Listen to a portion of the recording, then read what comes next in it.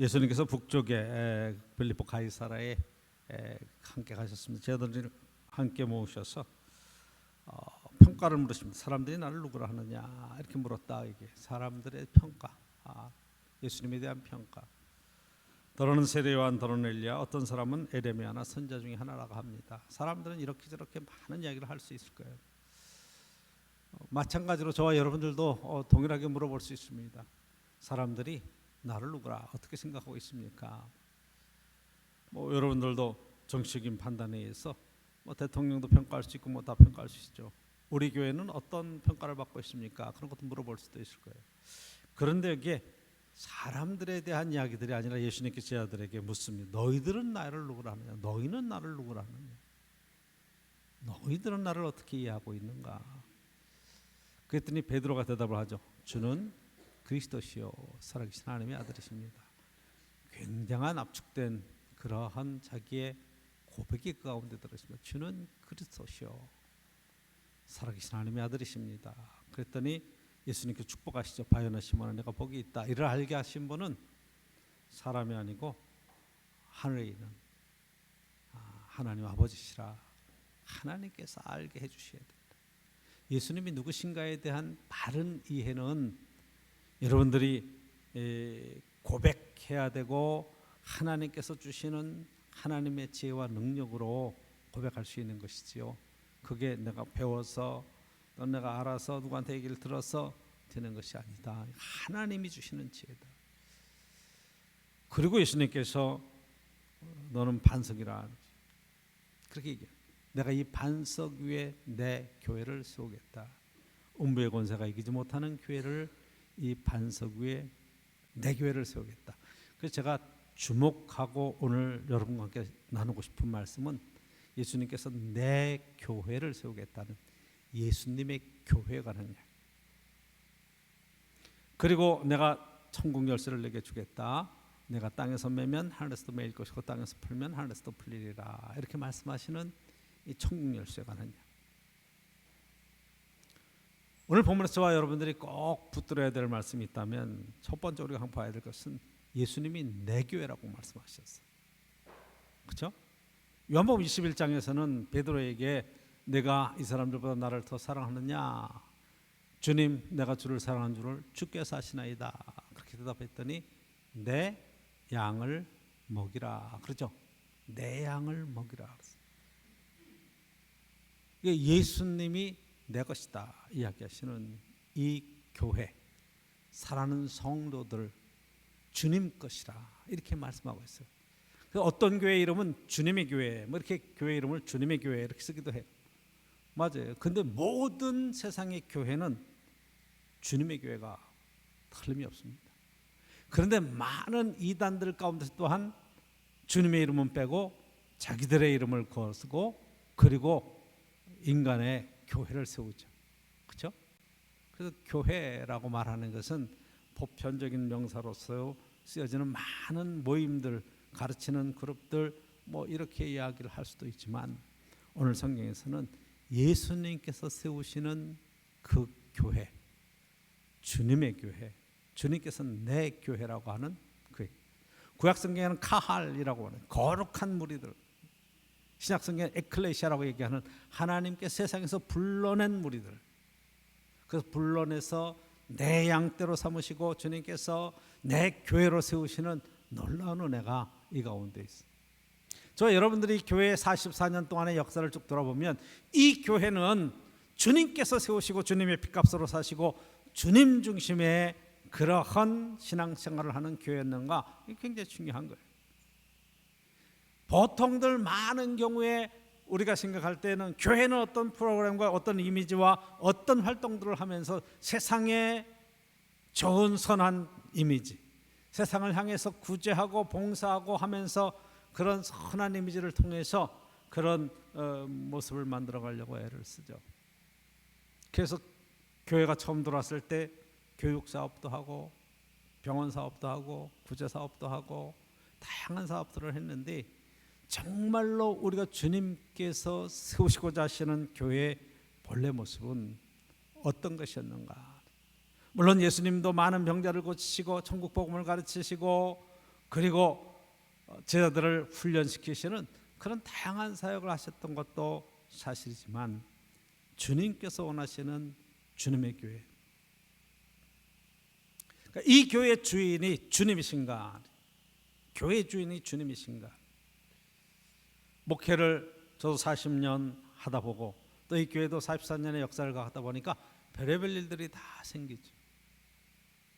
여기 주인의식을 갖는 건 참 좋은 것 같아요. 그런데 주인은 예수님이세요.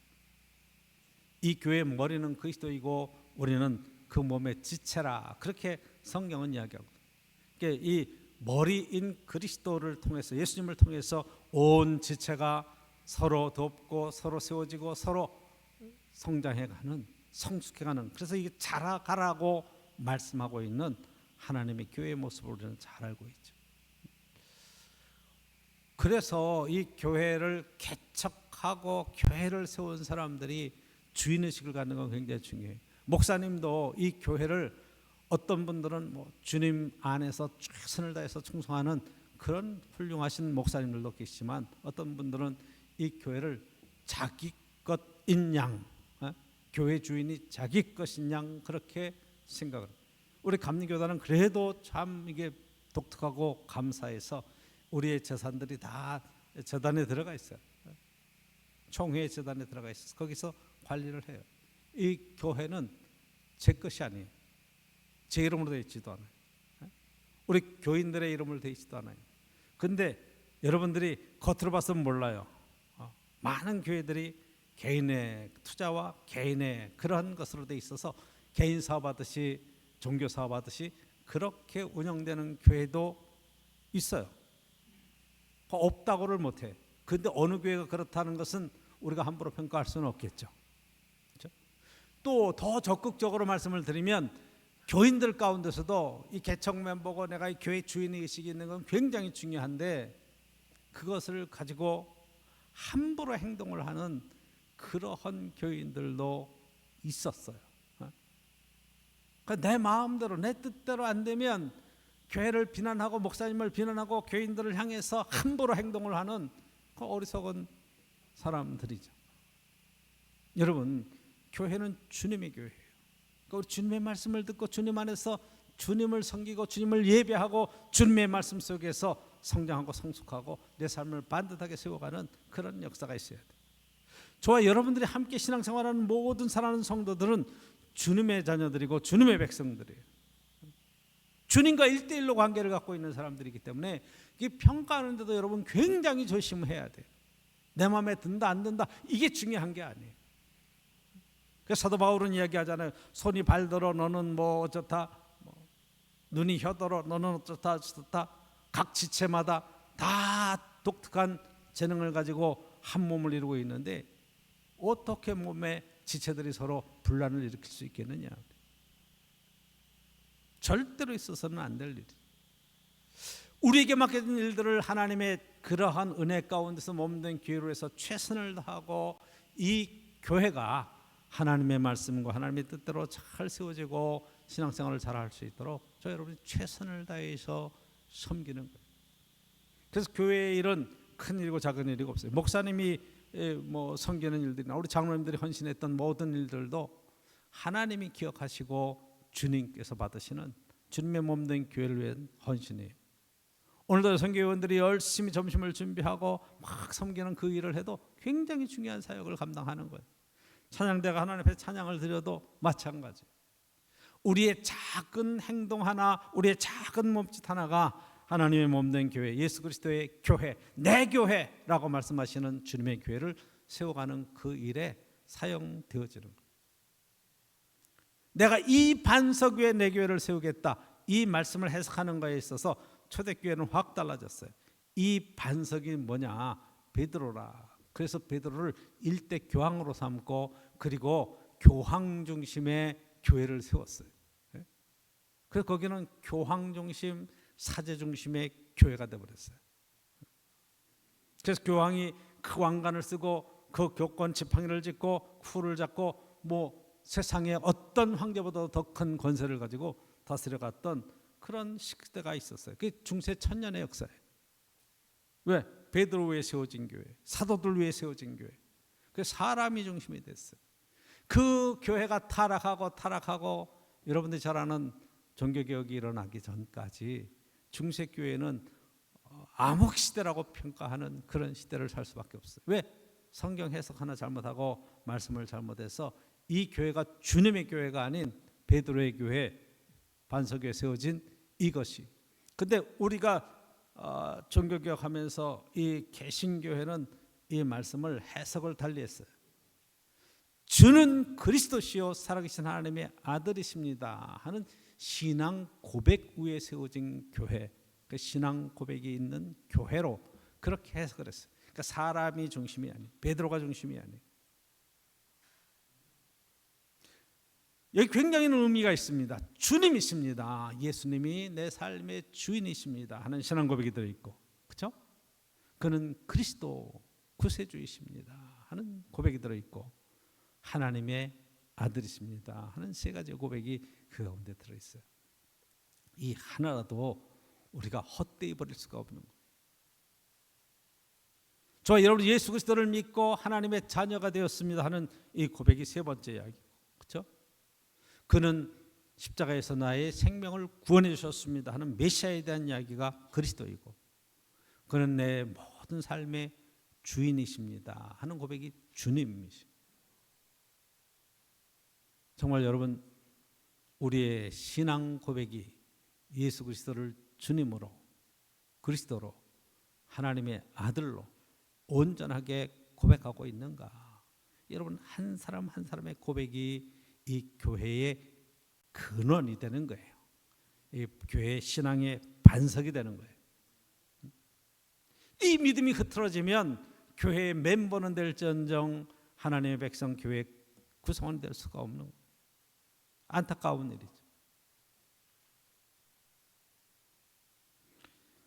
주님께서 부활하신 뒤에 제자들에게 나타나셔서 내 양을 치라, 내 양을 먹이라, 내 양을 치라 3번 반복하는 것. 내가 나를 사랑하느냐 이렇게 물어보시면서 행하셨던 이야기가 바로 그 부분이에요.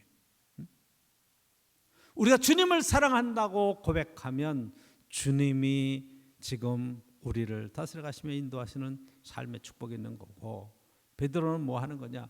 주님의 양을 맡아서 이렇게 다스려가는 삶의 여정이. 저와 여러분도 마찬가지.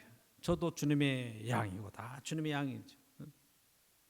목사님은 목자고 뭐 교인들은 양이고, 그건 틀린 거예요. 저도 주의 음성을 듣고 주의 인도하심을 따라 살 수 있는 하나님의 어린 백성들이고, 여러분들도 마찬가지고, 그렇죠?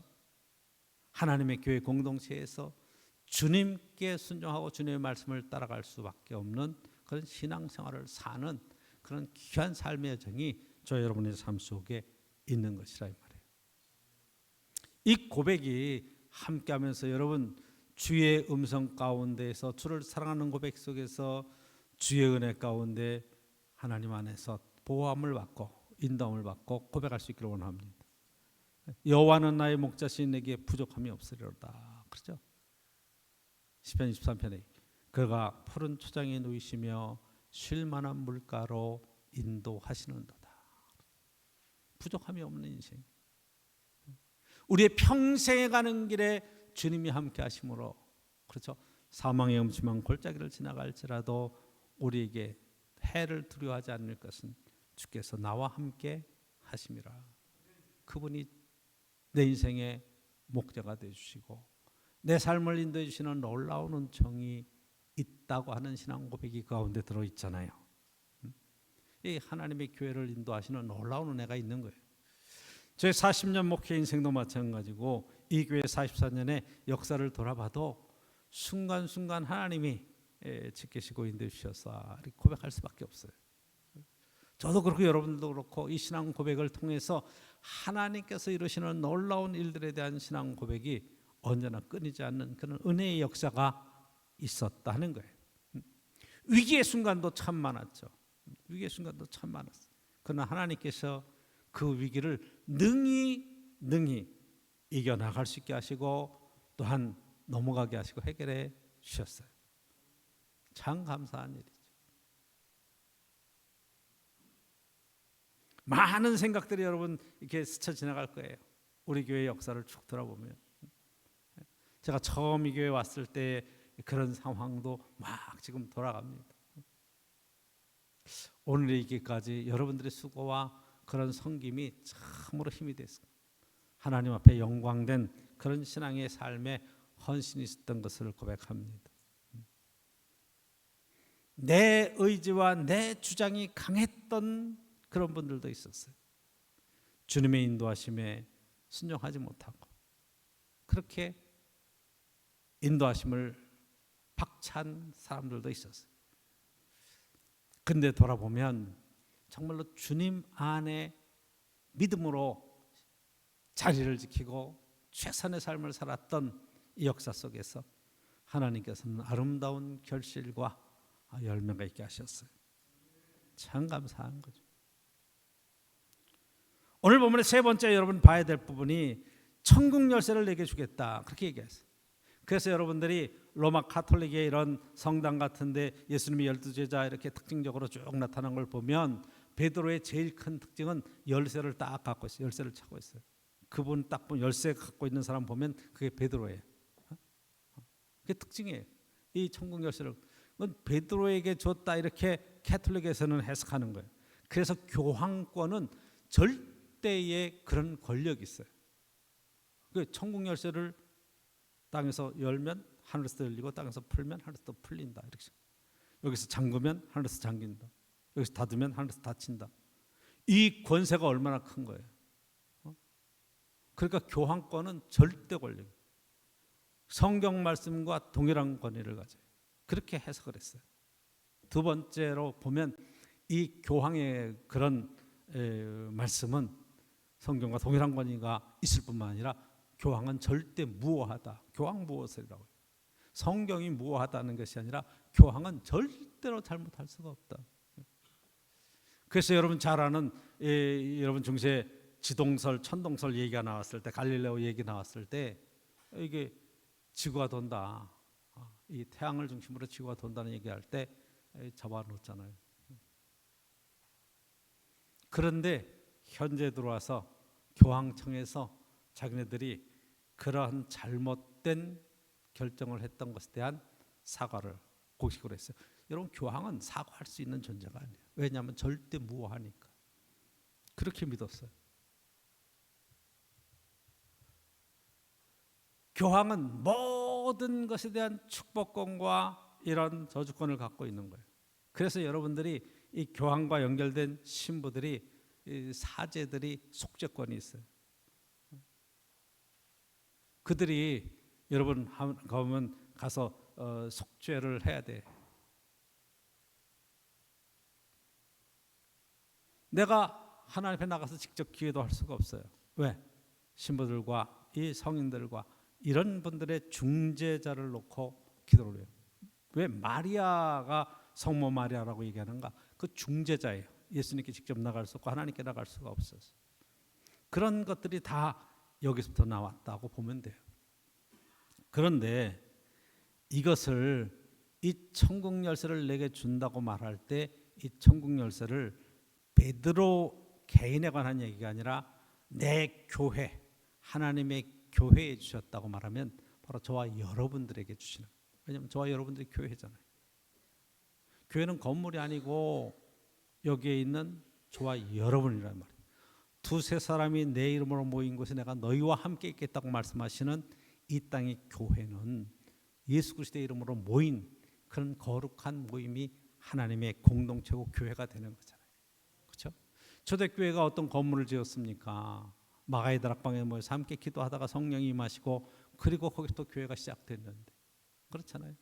그 거룩한 무리들, 하나님의 부름받은 무리들, 여기에서는 여러분 매면 하늘에서 매고 우리가 풀면 하늘에서 풀린다고 그러는데 그건 여러분 한 사람 한 사람의 인생 속에 이 말씀이 적용되면 놀라운 은총이에요.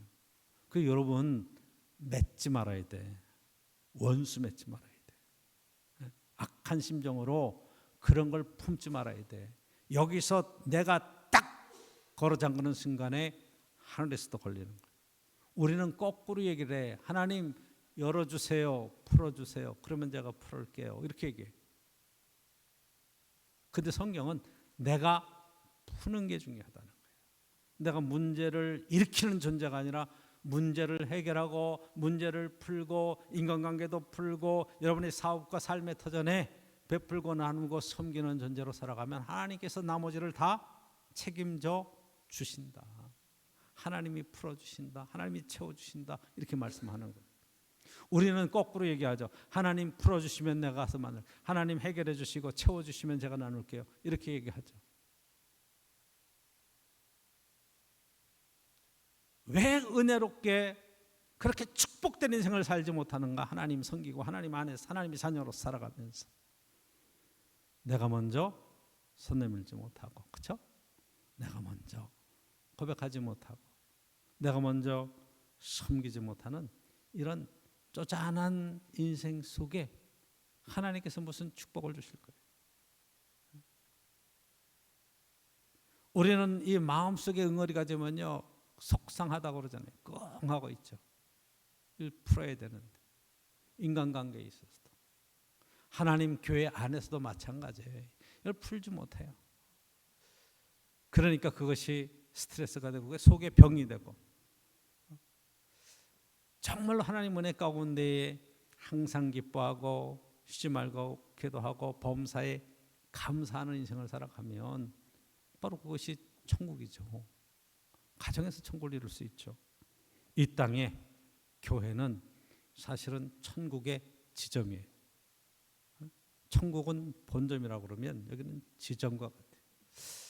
여러분들이 예를 들어서 은행, 그럼 은행이 본점이 있고 지점이 있잖아요. 농협 중앙에, 그럼 중앙에 본점이 있고 이 지점들이 다 이렇게 있잖아요.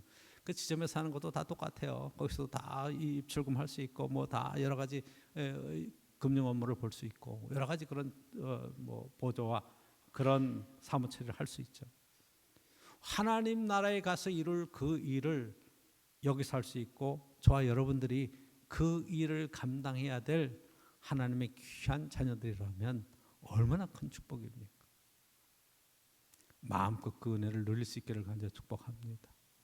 마음의 무거운 짐들을 다 내려놓고 그리스도 안에서 참 쉼이 있는 복된 신앙생활, 이 교회를 통해서 하나님의 말씀이 여러분의 삶 속에 능력이 되고 하나님 안에서 모든 맺혀졌던 것들이 풀려가는 아름다운 인생으로 잘 세워질 수 있기를 간절히 축복합니다. 기도하도록 하겠습니다. 하나님 감사합니다. 이 교회를 세우심을 감사합니다. 믿음 안에 온전하게 하시고